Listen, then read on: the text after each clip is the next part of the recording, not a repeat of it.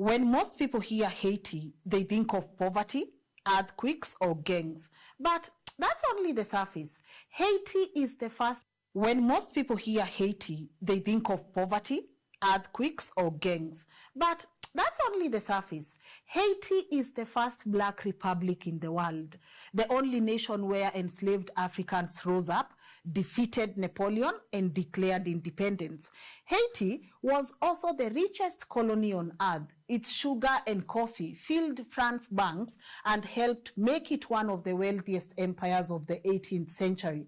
But that wealth came at a devastating price. Africans were forced to work from sunrise to midnight in the sugarcane fields and coffee farms until their bodies broke.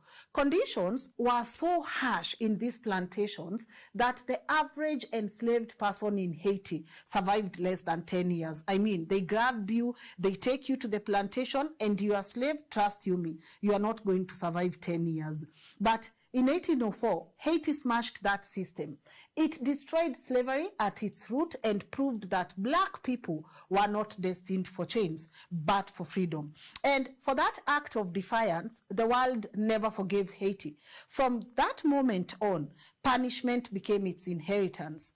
By the end of today's episode, I want to walk you through how France shackled Haiti with impossible debt, how America invaded and rewrote Haiti's constitution, and how the United Nations brought cholera and abuse. We will also dig deeper on how Bill Clinton turned Haiti's food supply into a business deal for his own country, and how today, as you know, gangs control nearly all of Haiti while the world once again prepares to intervene. This is not just a story of one Caribbean nation. It is the story of how the world has treated Black freedom for more than 200 years and why Haiti's struggle is far from over. Now, before the revolution, Haiti was not yet called Haiti. It was Saint-Domingue, France's prized colony in the Caribbean. The land was very fertile, the climate perfect for sugar and coffee, and it became the most productive plantation economy in the world. But the colony's wealth was built almost entirely on the backs of enslaved Africans who outnumbered whites by more than 10 to 1. Nearly 500,000 men, women, and children were shipped across the Atlantic to work its fields, while a small white elite and a mixed race-free population controlled the land and the profits. To Europeans, Saint-Domingue was a jewel. To the Africans who lived there, it was a prison. Whispers of rebellion spread through the plantations. Africans carried not only scars on their backs, but also memories of freedom from their homelands. They spoke different languages, came from different tribes, but shared one desire: to end the system that was grinding them to death. And yet, this is where history changed. In 1791, those enslaved Africans did the unthinkable. They rose up, first against the French planters, then against invading British and Spanish forces, and finally against Napoleon's army, which, if you guys remember, Napoleon's army was the most powerful military in the world at that time. For over a decade, they fought battles after battles until they won. By 1804, under leaders like Toussaint, Jacques, and Henry Christophe, Haiti declared independence. It became the first Black republic in the world, the first nation born from a successful slave revolt. But from the very moment Haitians raised their flag, remember what we said, the powerful nations of the world made them pay for daring to be free. I mean, it's in the 1800s. How dare you, African slaves, decide that you can actually be free? But Haiti, the people did that, and they decided, you know what, we do not care whether it's 1800, 1700, 1600, we want our freedom, and we want our freedom now. And you gotta give it to them, because these are people who are coming from different parts of the world. You have some people from East Africa, you have some people from West Africa, all of them that had landed in Haiti as slaves decided, no, no, no, you are not going to do this. And not only are we going for France, for Britain, for Spain, we are also going to fight Napoleon's army. And guys, when you go back and realize that was the 1800, you just got to clap for these people. That was some level of willpower that we don't even get to see today. And so they were free for a moment there. But then again, in 1825, just 21 years after independence, France sent warships to Haiti's shores. The message was very simple: pay us for the loss of our slaves or face invasion. Now imagine that. Enslaved people fought their way to freedom, only to be told they must compensate their former masters. Like, we fought for this thing, and now you are back, even more stronger, and you're telling us we either surrender or we give you guys compensation. And honestly, Haiti had no choice. The revolution had won their independence. They had the freedom and the independence, but it also left the country in ruins. Plantations were burnt. This is what these people do once they realize you're winning.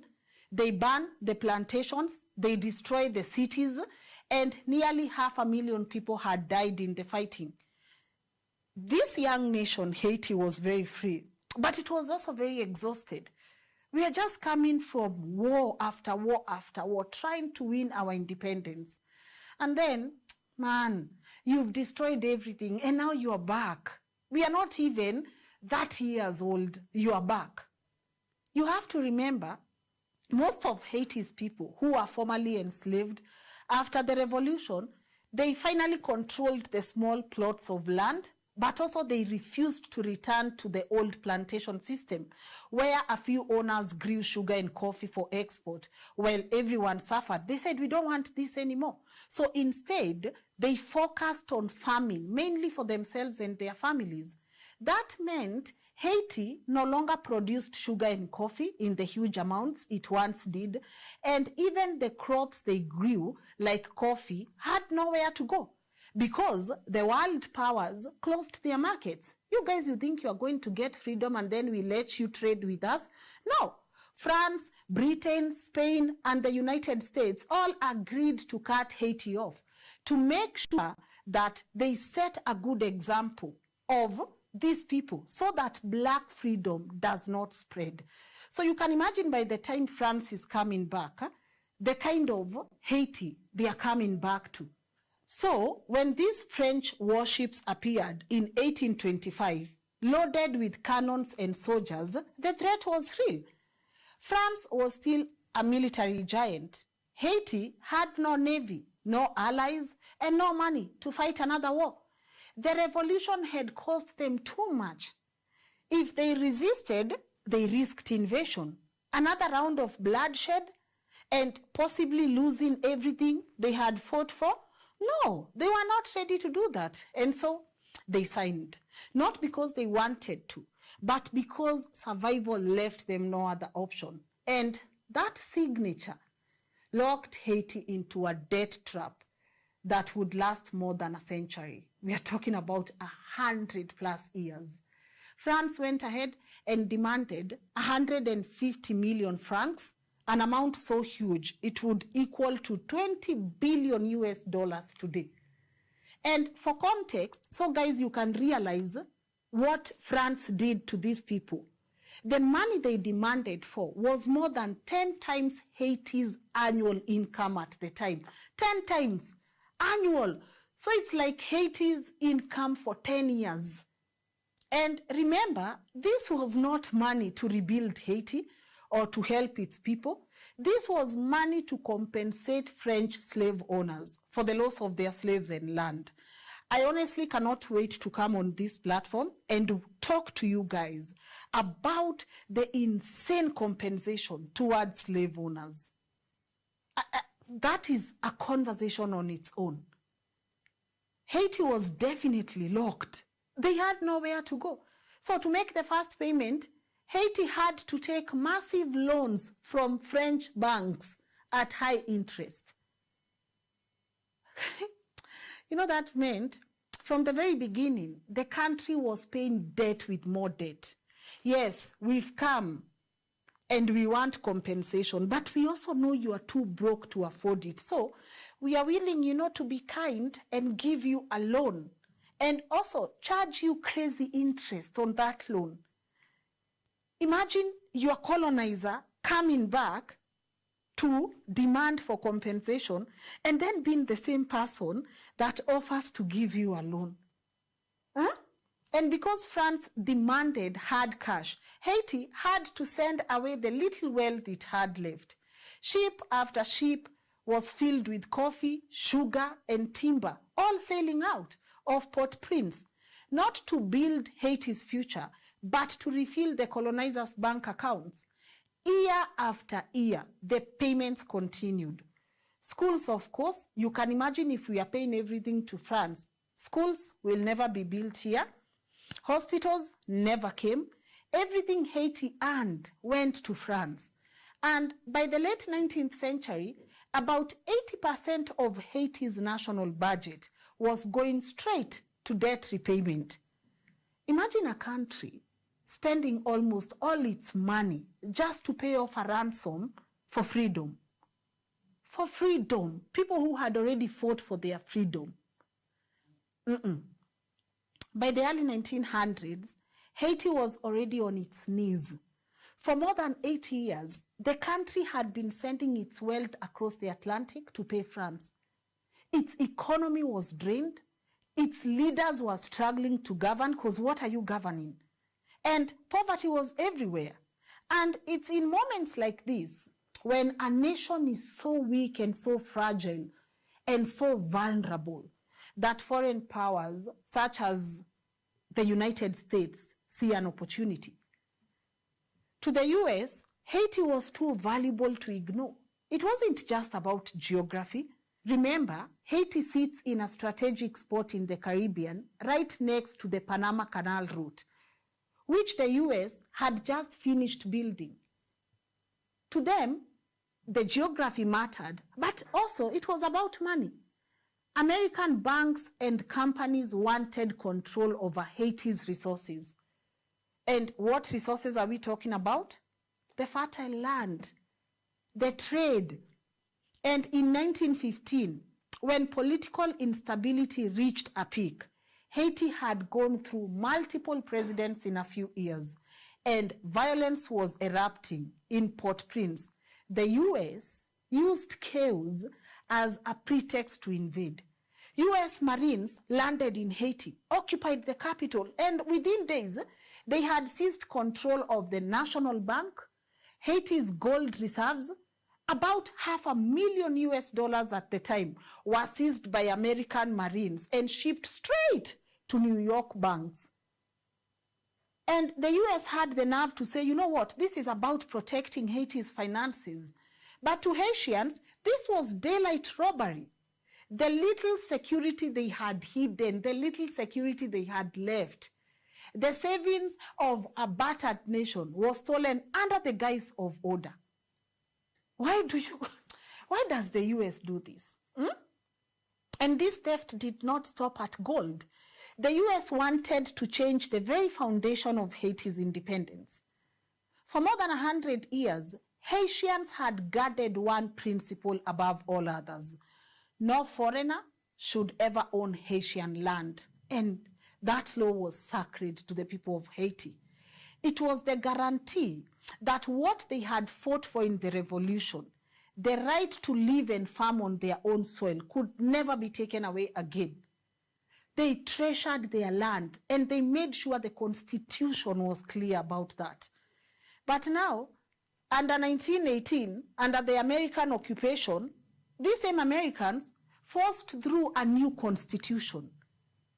They rewrote Haiti's laws to open the door for foreign ownership. Now, US corporations could legally buy land, set up plantations, and take control of Haitians' businesses. And guys, you realize this happens even to almost a lot of African countries. You find a foreigner with 100,000 acres of land, and they tell you, but I bought it. But I bought it. It's actually mine legally. I bought it. But what they do not actually want to admit is, how did you buy it? Under what conditions? Because I'm sure right now there is land in Haiti that still belongs to the Americans, and they will continue staying there under the guise of, I legally bought this land. But they don't want to tell you they bought that land under duress. They don't want to say that. So what some of the freedom fighters in Haiti during the revolution had defended with blood was undone with a single pen. The insult was made even worse by how US leaders talked about it. President Woodrow Wilson, who authorized the invasion, presented the new constitution as a civilizing act. Because again, these people always assume we are not civilized. So they are the ones who actually bring civilization. So he was there clapping.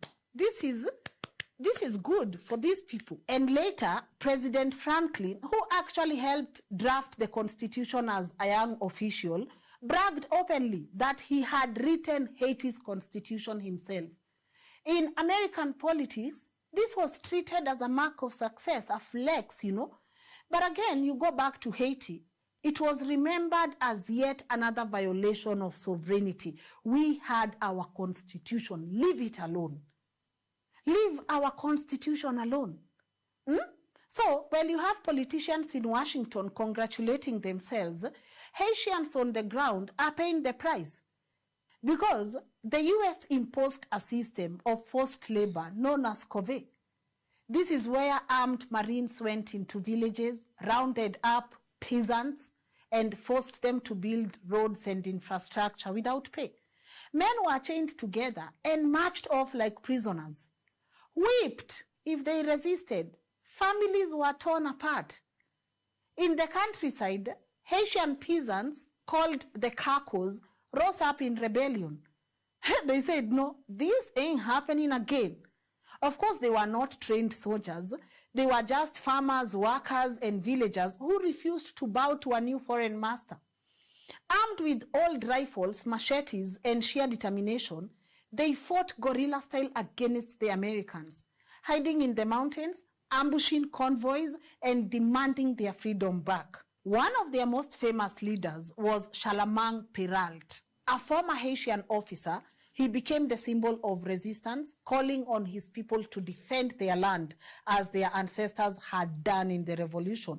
To Haitians, Perrault was a hero. To the Americans, he was a bandit. When US forces finally killed him in 1919, they tied his body to a door and photographed it, trying to scare Haitians into submissions. But this whole thing backfired. Perrault's defiant death turned him into a martyr, a reminder that Haiti's spirit of resistance could never be erased. But the US military was relentless. They burned villages, same pattern, same thing with these France people. Bombed resistance camps and massacred fighters. By the time the rebellion was crushed, thousands of Haitians had been killed. So, while American newspapers painted the occupation as modernization, ordinary Haitians lived through chains, whips, and bullets, the same tool of slavery their ancestors had fought to destroy. I know at this rate they were asking, why did we even fight for this freedom? Because, man, we just dealt with France and then the Americans are here. First, you are occupying our land, you are trading through our port, and now you are even killing our people. But you see, again we said, we are going to admire Haitians because of their sheer determination. These people, there's just something about them, because I can't imagine what they were going through back then. Majority of the countries in Africa were still under colonization. And that is why when you see these people fighting, and you go back and you realize what year this was, you just have to clap for them. This particular occupation by the Americans lasted until 1934, when the US Marines left. But they did not leave Haiti free. They left it fragile. On paper, you know, people went ahead and said sovereignty was restored in Haiti. But in reality, the US still controlled Haiti's finances and customs through American advisors For years after the occupation ended, the country's economy was weak, its leaders were divided, and its people tired of broken promises. The years that followed were marked by instability.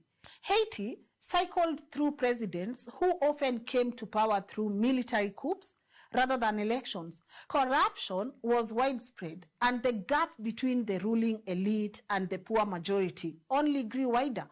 The rural population, the same peasants who had resisted foreign rule, remained marginalized, cut off from political power and trapped in poverty.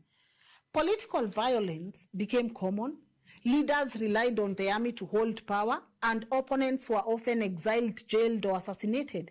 Instead of building strong institutions, Haiti's politics revolved around personality alliances and backroom deals. By the 1940s and 1950s, a new kind of politics began to take root: populism. Leaders tried to win support by speaking directly to the poor majority, promising to finally give them a voice. Haslan.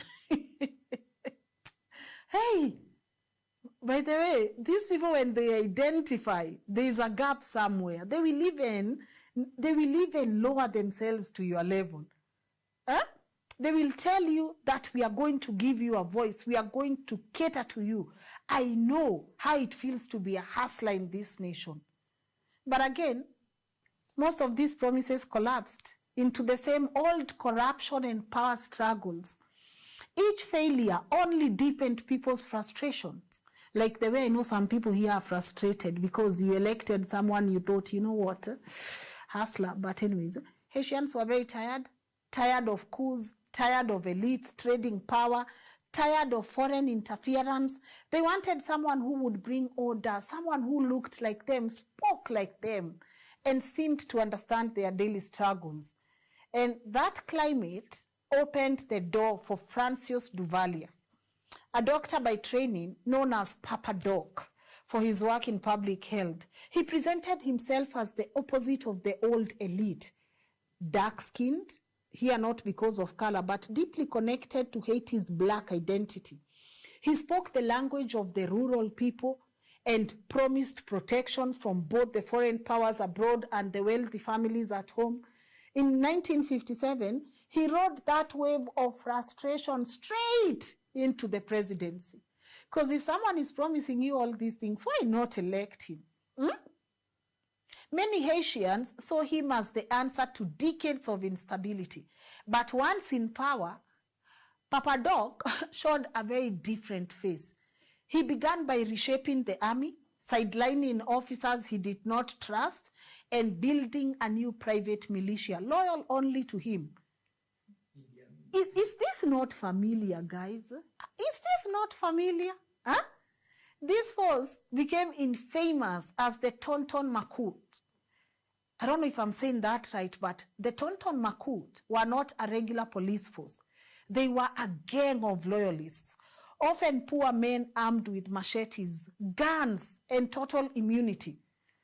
Dressed in dark glasses and straw hats, they roamed the streets and countryside as Papa Doc's enforcers. Their job was very simple: crush opposition and spread fear. If someone criticized the government, the Macoute might show up at night, drag them away, and leave their body in public as a warning. Try this, and we are coming for you. Torture, executions, disappearances.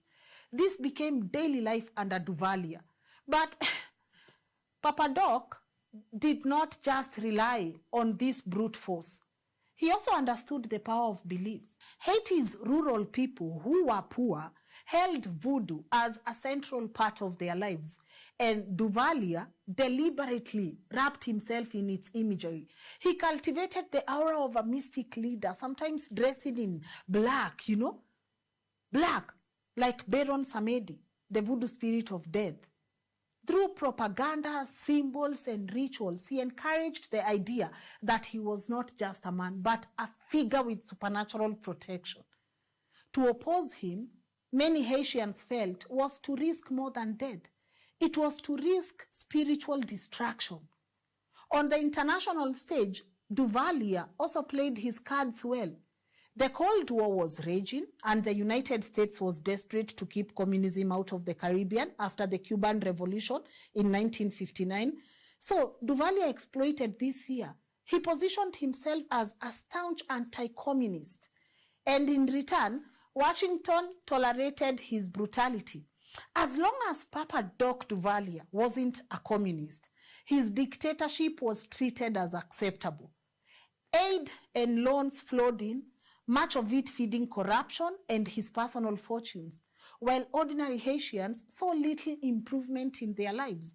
By the early 1960s, Papa Doc had declared himself president for life. His opponents were either dead, exiled, or silenced. His militia ruled the streets. His face was on posters and coins. His voice dominated the radio.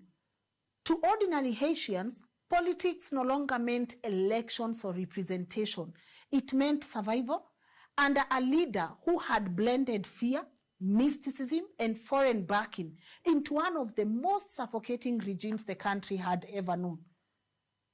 But when he passed in 1971, given that he had already declared himself president for life, and instead of this dictatorship dying with him, it was passed down like property to his 19-year-old son, Jean-Claude Duvalier, who became known as Baby Doc. So we had Papa Doc, now we have Baby Doc.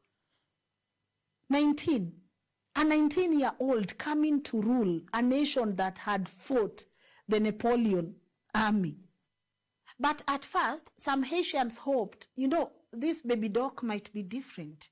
He was young, Western educated, and seemed less obsessed with mysticism than his father.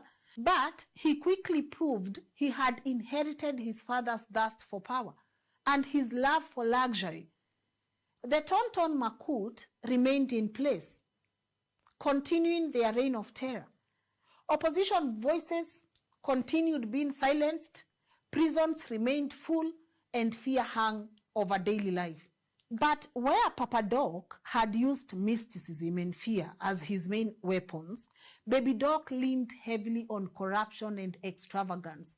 Foreign aid and loans poured into Haiti throughout the 1970s and 1980s, especially from the United States, which still valued Haiti as an anti-communist ally during the Cold War. On paper, this money was supposed to modernize the economy of Haiti and improve living conditions, but in reality, much of it ended in the pockets of the Duvalier family and their inner circle, while ordinary Haitians struggled with poverty, hunger, and poor health care. Baby Doc and his wife Michelle Bennett lived like royalty. They hosted lavish parties. If you remember even our conversation on Mother Teresa, they even hosted Mother Teresa. I mean, that is why most people are so mad that this was the environment Mother Teresa was walking into, praising these people and saying how these people identify with the poor. No, because all these guys did was party, buy sport cars, and reportedly flew in luxuries from abroad while their people starved. The gap between the ruling elite and the poor majority grew wider than ever. By the 1980s, discontent was boiling over. Haiti's economy collapsed under debt, unemployment, there was a lot of it, and also resentment against the Duvalier spread across the country. In 1986, after mass protest and growing international pressure, Baby Doc fled the country on a US plane. It's always this country giving people these planes. Always these people helping these dictators escape. All right, he flew on that plane, guys, ending nearly 30 years of Duvalier family dictatorship. When he fled in 1986, Haitians poured in the streets celebrating. For the first time in nearly 30 years, the Duvalier dynasty was gone. People believed a new chapter was finally opening, one where Haiti could breathe again, build democracy, and reclaim its future. But the reality was harsh. The departure of the Duvaliers left behind a hollowed-out state, an economy in ruins, and an army still loyal to its power. In the years that followed, Haiti stumbled through a series of short-lived governments, military rule, and constant coups. Every time hope rose, instability cut it short. Then, in 1990, Haiti experienced something historic, its first truly democratic election, and the winner was a priest from the slums, Jean-Bertrand Aristide. Now, Aristide was no ordinary politician. He was a liberation theology priest. He preached about justice, dignity, and the rights of the poor. To Haiti's majority, long ignored, lied to, and oppressed, he was a voice they could trust. His victory was overwhelming, a landslide that reflected the hunger for change.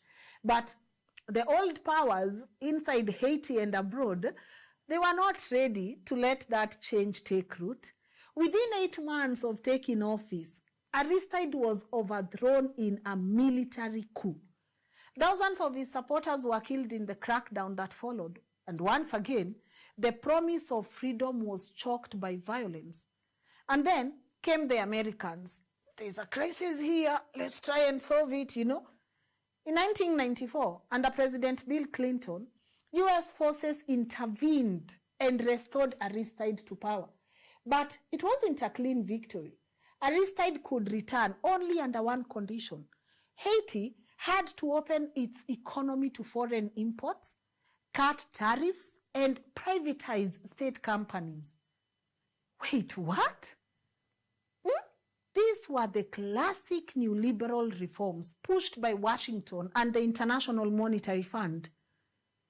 And it's at this point where we say, be scared when you see the US and the IMFs and the World Bank coming to solve a crisis in your nation. They introduced all these things, and the sharpest blow came with rice. Remember, for generations, Haitian farmers had grown rice to feed the nation. Aristide himself once called rice the mother of Haiti. But under Clinton's deal, tariffs were cut so low that cheap, subsidized US rice flooded into Haiti. Haitian farmers could not compete. Within a few years, entire farming communities were bankrupt. By the early 2000s, Haiti, once self-sufficient in rice, was importing more than 80% of its rice from the United States. What? What do you mean? And this is where it hurts. Most of that rice came from Clinton's home state of Arkansas, where agribusiness giants benefited directly from Haitians' dependency. Yani, you want to tell me that you come to our country where we were good, we had enough supply of rice, and then you cut the tariffs, and you do all these changes to our country that we cannot even supply rice to our own nation. And then what you are going to do, you are going to give contracts to your people in Arkansas so that they can supply their low-grade rice to Haiti. And then they are the ones who end up with the money. That is actually disappointing. Years later, in 2010, Clinton himself admitted it was a mistake. We genuinely thought we were helping Haiti, and we made this devil's bargain on rice, and it wasn't the right thing to do. We should have continued to work to help them be self-sufficient in agriculture. Sitting before the Senate Foreign Relations Committee, he said, "It may have been good for some of my farmers in Arkansas, but it has not worked. It was a mistake that I have to live with every day." What is that? What does he mean? Did he not know it was a mistake? You cannot tell me that when these people do the things they do, they don't know they are doing them. They do them and they know it's by design. Because by then, the damage had already been done. Haiti's food sovereignty was gone. So don't come and just apologize in front of Senate. No. And again, another shocker. Clinton's role in Haiti did not end in the 1990s. After the catastrophic earthquake in 2010 that killed over 200,000 people and left millions homeless, the former US president reappeared, and this time as a central figure in Haiti's reconstruction. Clinton co-chaired the Interim Haiti Recovery Commission, which was supposed to oversee billions of dollars in aid. You remember how people donated? You remember how the world came together for Haiti after that earthquake? Then this person reappears again. But then again, instead of empowering Haitians to rebuild their own country, this commission was dominated by foreign donors, contractors and NGOs. They made decisions in boardroom, not even involving Haitian communities. Of the billions pledged, the money you guys contributed, I still remember that earthquake. But of the billions that was contributed, only a fraction ever reached ordinary Haitians. And you know where much of it went, right? Much of it went to international organizations, US contractors, and foreign NGOs that built their own offices and increased their salaries rather than Haitian schools and homes. Rather than build that, you are going to build a whole NGO office in Haiti. And then you pay these people, I don't know how much. Clinton also used his influence to push projects that benefited outsiders more than Haitians. A notorious example was the promotion of industrial parks and sweatshops where Haitians earned starvation wages sewing clothes for US companies. Meanwhile, the displaced survivors of the earthquake were left in tent camps for years with little access to clean water, health care, or housing. And to make matters worse, the United Nations, the same institution that claimed to be in Haiti to protect and rebuild after the earthquake, became the source of one of the deadliest disasters in the country's modern history. In 2010, just months after the earthquake, UN peacekeepers from Nepal were stationed at a base near the Artibonite River, one of Haiti's main water sources. The base sewage system was poorly built and leaking directly into the river. These UN troops carried with them a strain of cholera.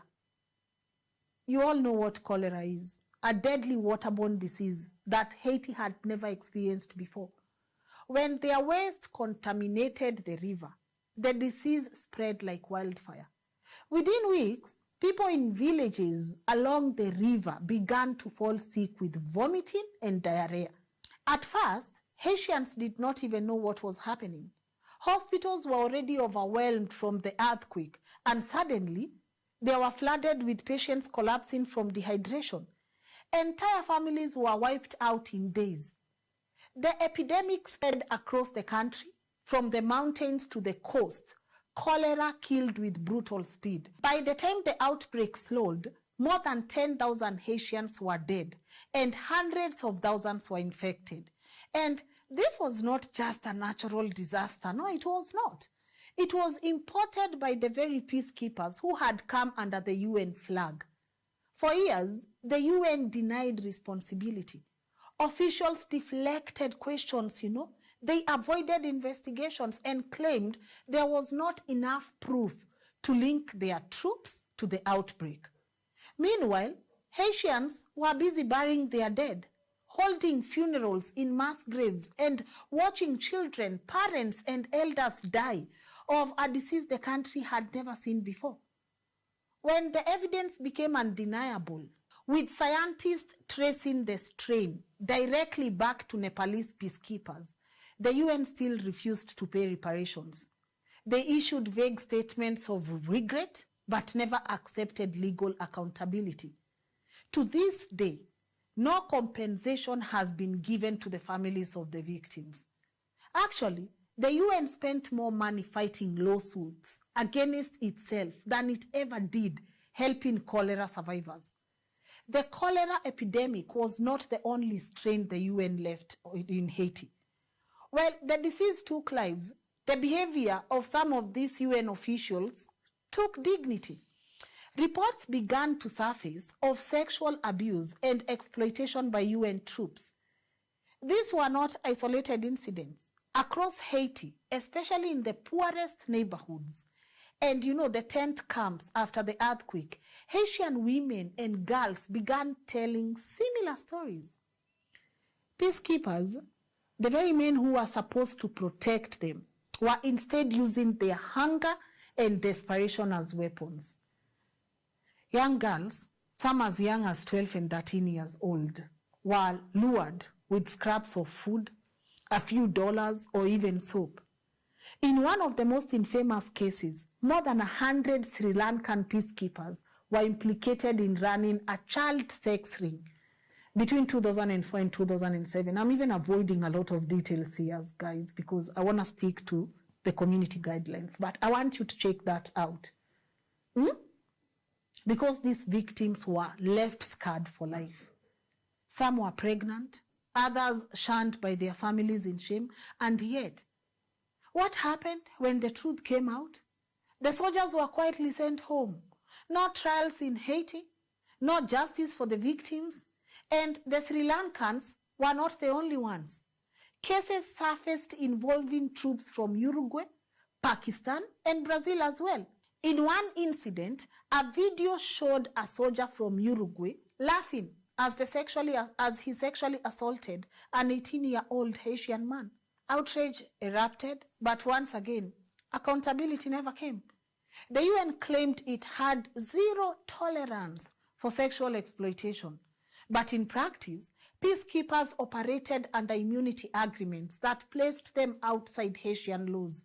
To Haitians, this meant that the blue helmets could violate their daughters, their sons, and their communities and walk away untouched. At the same time, the UN mission in Haiti, known as MINUSTA, acted less like peacekeepers and more like an occupying force. They patrolled the streets in armored vehicles, carried heavy weapons, and sometimes opened fire during protests. Haitians who demonstrated against corruption or foreign control were met not with protection, but with tear gas and bullets. Can you imagine a scenario where here in Kenya we are protesting against bad governance, and then assuming the UN peacekeepers are here, instead of letting us demonstrate, these are the same people who are helping the government shoot you and tear gas you. And when they were doing this, there was something bitter growing in the people of Haiti. The UN was not seen as neutral in that place. It was seen as part of the machinery that kept the country under foreign management. The cholera epidemic, the sexual abuse scandals, the violent crackdowns, they all reinforced the same message. The international community was not in Haiti to empower Haitians, but to control them. So, while the world looked at Haiti through headlines of failed state or aid dependency, Haitians themselves looked at the blue helmets and saw something else entirely. Another foreign occupation dressed up in the language of peace. No, we don't want you here. By the mid-2010, after years of cholera deaths, sexual abuse scandals, and violent crackdowns, Haitians had had enough. Protests against the UN mission, known as MINUSTA, erupted across the country. People carried signs calling the peacekeepers occupiers, not protectors. And the chants demanded MINUSTA should go home. No, go. Because to many Haitians, the blue helmets had become a symbol of humiliation. Instead of rebuilding trust, they deepened their wounds. Instead of leaving security in Haitian hands, they kept the country under foreign management. The cholera epidemic and the abuse scandals were not seen as accidents. They were seen as proof that the UN's presence did more harm than good.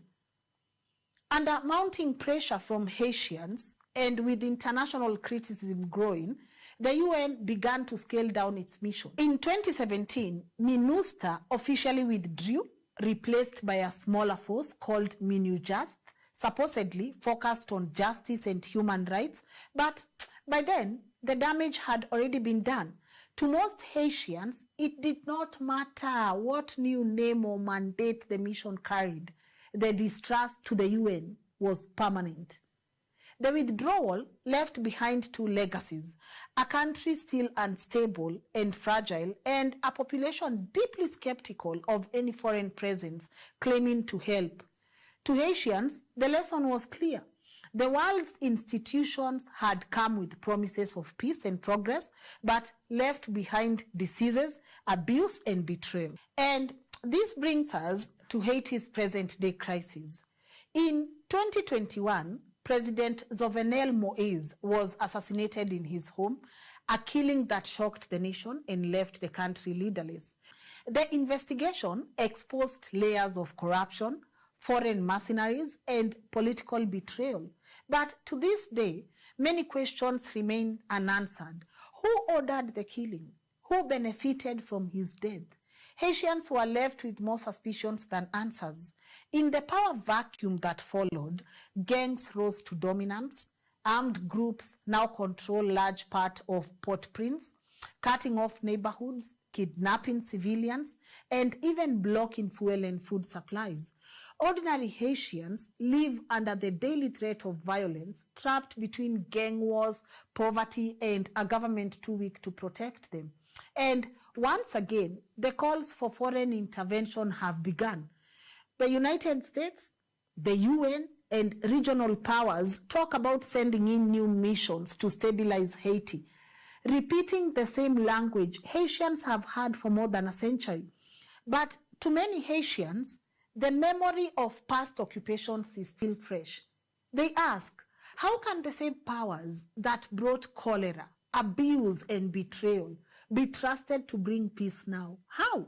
Today, Haiti stands at a crossroads, a nation with a proud history of resistance, still carrying the weight of deaths, dictators, foreign occupations, and failed aid.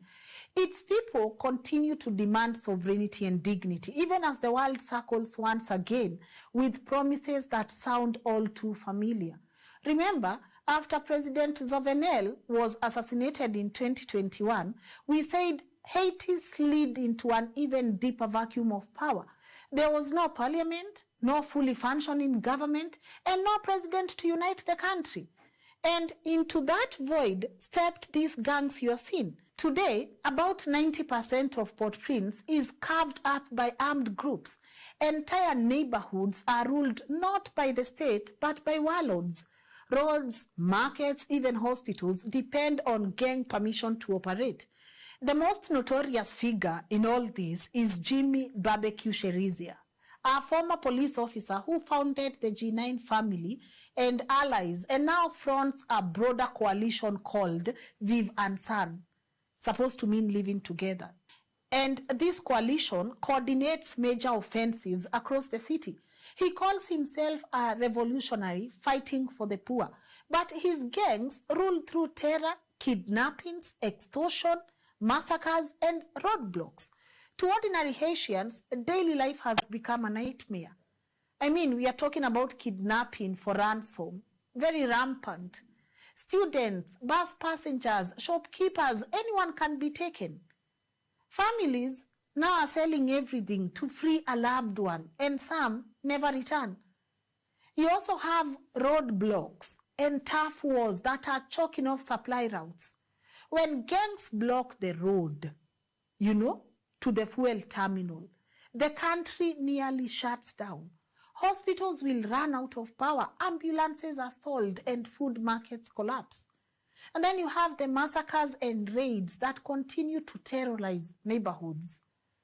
Homes are being burned, families are being displaced, women and girls are essayed to punish communities who are seen as disloyal. And then, obviously, there's displacement. Today, around 1.3 million Haitians, half of them children, are living as refugees in their own country, forced from their homes by gang violence, and the state is almost absent. Haiti's police are outgunned, underpaid, and often accused of colluding with gangs. Then, politicians have long been accused of using gangs as tools to crush protests, intimidate rivals, and hold power. And in this sense, gangs are not just criminals. They've become part of Haiti's political system. The international community has once again stepped in, as we said. In 2023, the UN authorized a Kenyan-led multinational security support mission where we had about 1,000 officers who are mostly Kenyans deployed. But they are also struggling to contain the violence. You know, they are struggling. And just the other day, that is September 30th, 2025, this same year, the UN approved a new, far more militarized mission, which is our 5,500 strong gun suppression force with broader powers under Chapter 7 to hunt, arrest, and dismantle Haiti's armed groups. Now, whether Haitians will see this as protection or another foreign occupation remains to be seen. Meanwhile, the US continues sharpening its stance. In May 2025, Washington officially labeled Barbecue's army a foreign terrorist organization. And in August 2025, federal prosecutors indicted Jimmy, the barbecue guy. Now, on paper, this seems tough, you know. But to Haitians on the ground, these headlines mean little if their streets remain ruled by bullets. Economically, the country is collapsing, and that's the sad reality. Inflation is crushing families, jobs are scarce, and remittances from the diaspora are one of the few lifelines keeping households alive. Hunger is very widespread, and for millions, the next meal is never guaranteed. And yet, despite all this, Haitians continue to resist. Grassroots groups, churches, and communities are calling for homegrown solutions instead of another cycle of foreign boots and broken promises. They argue that the fight is not just against gangs, it's against the system of foreign control and domestic corruption that allowed gangs to thrive in the first place. And Haiti's story is not just tragedy, it is also resistance. It is the story of a people who broke the chains of slavery when the world said it was impossible. A people who defeated Napoleon's army and inspired every struggle for freedom that came after. But it's also the story of punishment. From France's death to America's occupation, to the Duvaliers terror, which was very much supported by America, to Clinton's rise and aid traps, to the UN's cholera and abuse, Haiti has been made to pay again and again, not for its failures, but for its audacity to be free. And now in 2025, as gangs rule the streets and foreign troops prepare to return, Haitians find themselves at the same question they faced in 1804. Will they control their own destiny, or will the world control it for them? You know, the world looks at Haiti and sees chaos, but Haitians look at themselves and see survival. They see mothers who still cook when there's no food. You know, they'll go and gather the little they can. Fathers who will walk to work through gang checkpoints. Children who still laugh in camps of displacement. They see communities that refuse to die, even when the world has written their obituary 1,000 times. And that is Haiti's truth. It's not just a land of suffering. It's a land of fighters. A land that has endured slavery, debt, dictators, foreign occupations, earthquakes, cholera, new gangs, you know, and yet still stands. And the question is not whether Haitians can survive. They already are. They are surviving. They are trying so much to survive. The question is whether the world will finally stop punishing them for their freedom. Because if 1804 taught us anything, it is this. When Haiti rises, it doesn't just rise for itself. It rises for every oppressed people who still believe that chains can be broken. Because if we go back, it is through Haiti's resistance that majority of African countries acquired strength, you know. That majority of the people said, you know, enough is enough. That black people stood tall and said, if they did this to Napoleon, we can do it even here in Kenya. You've seen them, the guerrillas, how they used that tactic. The same one that was being used here in Kenya by the Mau Mau. They were a source of inspiration. And now when we follow the story, a lot bothers me. Because you can trace the role the US has played in the collapse of Haiti. You can place the role institutions like IMF have played in the collapse of Haiti. You can place the role of the UN, and that breaks my heart. I feel like they are still being punished. I think actually foreign countries look at Haiti and they say, look at how we still make an example of this nation. They are still using Haiti to make us afraid. And every day I see Haitians, surviving and deciding it's another day. We have gangs all over, but let's fight back. That really should motivate us as Africans. The saddest part about researching about Haiti is being able to point all the way to where this problem started. If France left Haitians the way they were, because these are people who fought for their independence, let them be. And I hope we can come back here and talk about how France is actually kaput. It's done. All these Europe countries cannot keep doing what they did to us in 1800s. I saw another comment where someone said, actually, what would France do without Africa? What would it do? Because if they did that to Haiti, even after Haiti acquired its freedom, and then they went and did the same to the countries in West Africa. Like, what is France without Africa? Actually, part of the resources that were acquired in Haiti, the money, went ahead and contributed to the building of that famous tower. People go there. And that is why I don't even want your visas, because I cannot stand at that tower and take a photo. Because now we understand our history. We understand that one of that famous tower where you guys go and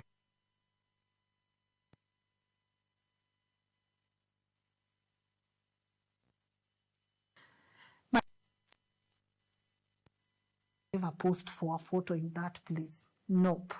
Nada. At this rate, it's not even a flex. It's the ability to say as an African, stay with your visas.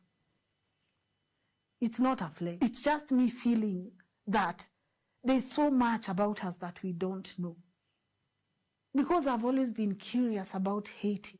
And what I've just presented to you guys, it's not even all of it. Go back and study Haiti. Because if we don't study Haiti, that will now happen to other African countries. You start acting there like you are free. Start acting smart. How did Duvalia, Baby Doc, get into a US plane? How? How did America continue supplying Haiti with aid?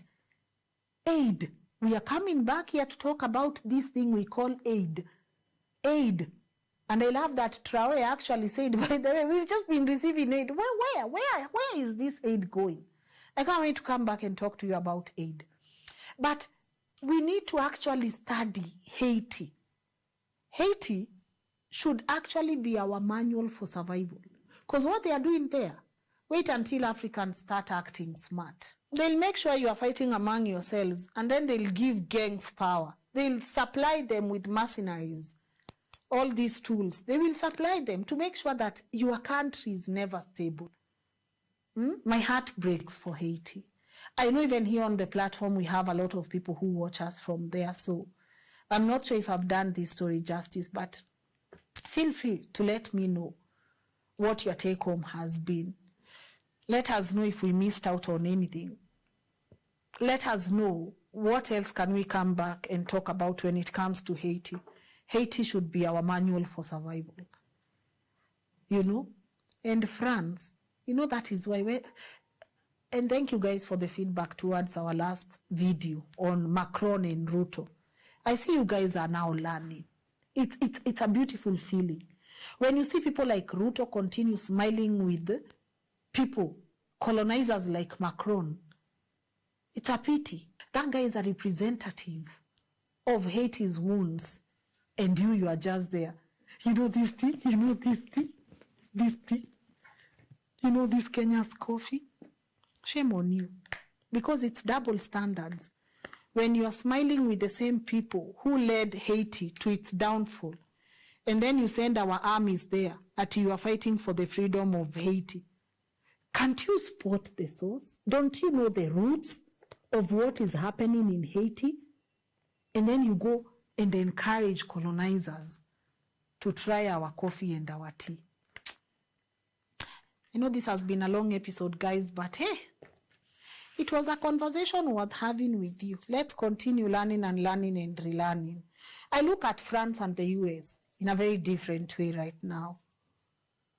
By the way, the downfall of majority of these countries, black countries, by design. By design, they know what they need to do. They know what they have to put together to make sure that you never rise. They know they will fill your countries with foreign aid and donations.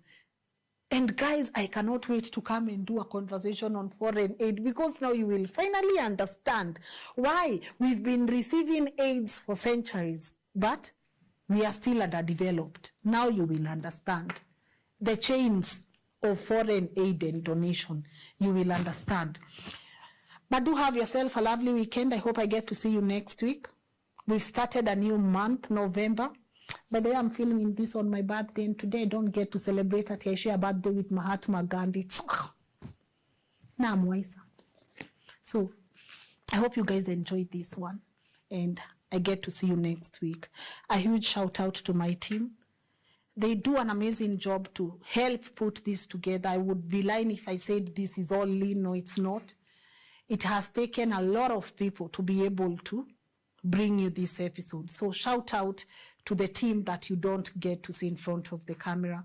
And shout out to you guys that continue contributing towards independent journalism. It's an amazing feeling to come here and independently talk to you about what is in my mind without someone telling me, no, you cannot say that. No, you've made this platform so free for us that it gives us joy to come here and just talk about what we need to talk about. So we appreciate your contribution towards this work, towards the research, towards making sure that we keep showing up here every single day. So always remember you can contribute towards our M-Pesa. We also have a PayBill account right there. We also have PayPal. So feel free to use any of those.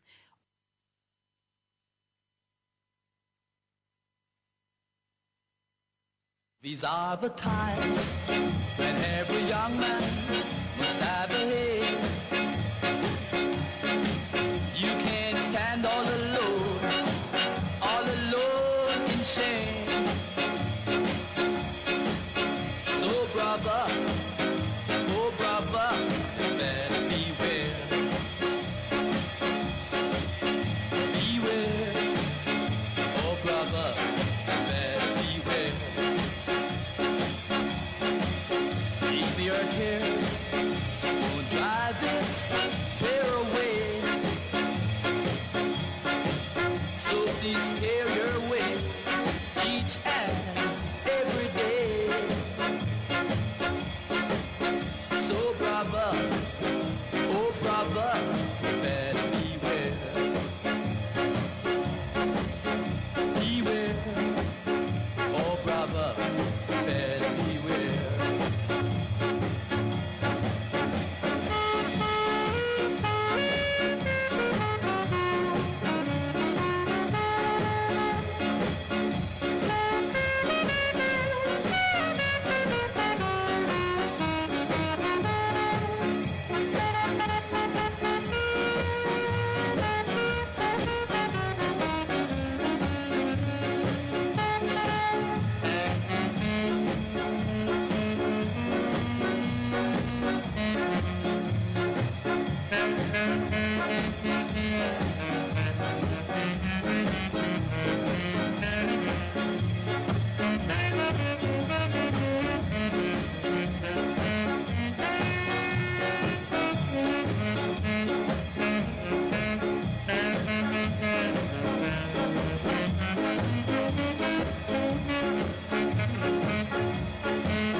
These are the times when every young man must have an aim. You can't stand all alone in shame. So brother,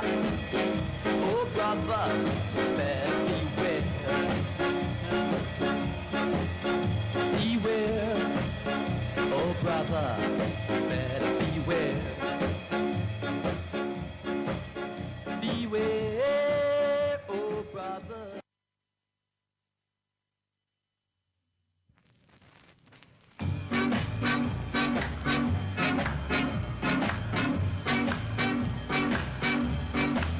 You done stole my belongings and give to your Chinese man. God in heaven knows, he knows that you are wrong. Are you a Chinese man? Are you a black man? It don't need no eyeglass to see that your skin is black. Do you prefer your Chinese man to your fellow black man?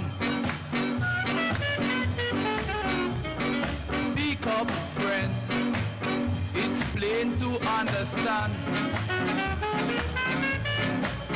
It won't be very long. They'll have a change of plan to use you and use you, then refuse you. As you are the first blackhead shiny man. I did not know your poor parents were from Hong Kong. Every man has a right to where he belongs. So declare yourself and tell me where you are from.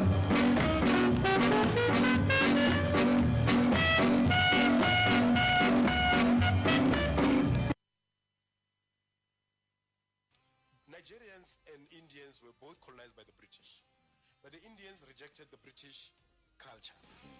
They rejected the British religion. Nigerians and Indians were both colonized by the British, but the Indians rejected the British culture. They rejected the British religion. They rejected the British food. They rejected the British way of doing things and hold on to the British technology. You know, and then we have the Nigerians, that is us Africans, accepted the British culture, the British dress code, the British food, the British every religion, and rejected the British technology. Now that is where the Indians are the most advanced. They don't need to speak English to make a cell phone. But me and you are colonized to believe that the more you speak a better English, you can clean it. You are right. intelligent.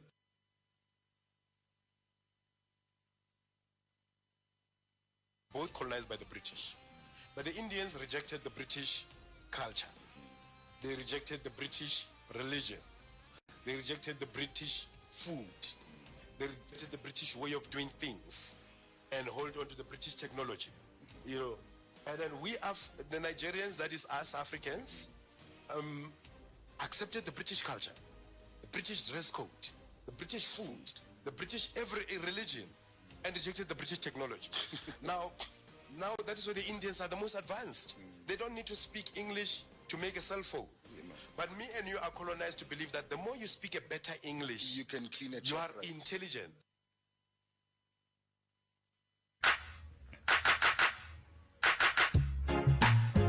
Oh yeah, oh yeah.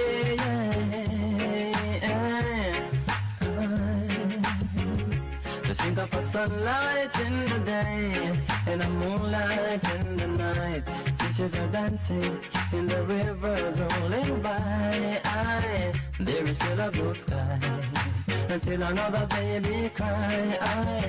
I wonder why some people sigh. Oh yeah, life goes on. Life goes on. Life goes on. 'Cause every day another baby's born. Oh no. Another loving to be defined. Sweet, sweet memories on my mind. We gotta take some time. Cease from war, the killing and crime. Oh, life goes on. Life goes on, 'cause every day another baby's born. Oh well, just think of the life that you can live and the things that you can give. Remember every day to think positive and live. Life goes on. Life goes on, life goes on, 'cause every day another baby's born. Oh well, and if you don't have the money to go to the party, and even if you can't afford the latest style, for every good thing in life gotta take some time. Life goes on, life goes on, life goes on, 'cause every day another baby's born.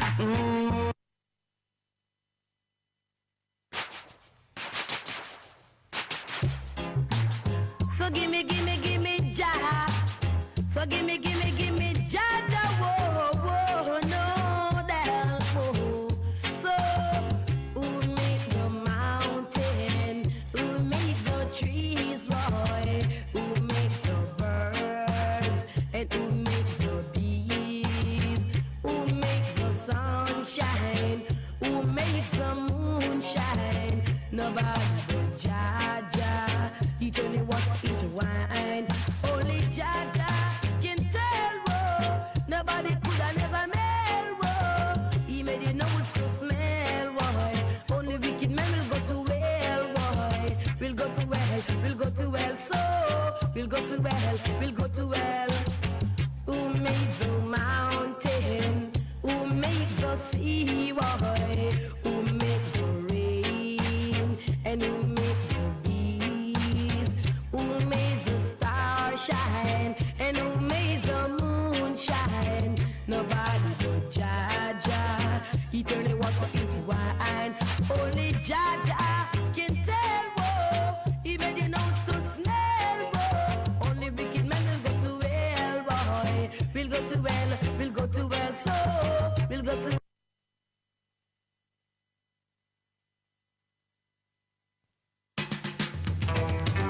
Oh, yes, believe me when I say, oh, that it's a true, true thing. It's true, said it's true.